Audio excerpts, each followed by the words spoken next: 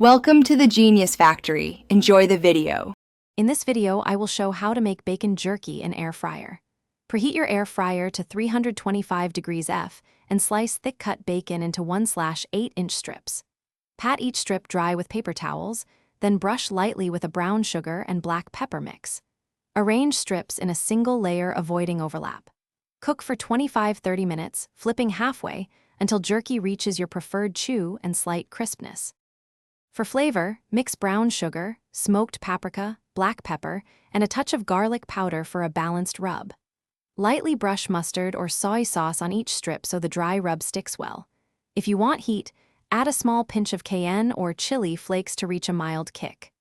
Coat evenly, but avoid saturating the bacon, because excess wetness slows dehydration and can make jerky greasy rather than chewy. Arrange seasoned bacon in a single layer in the preheated air fryer and set timer for 25 minutes, checking at 20 minutes for desired chewiness. Flip strips once to ensure even cooking and crisp edges.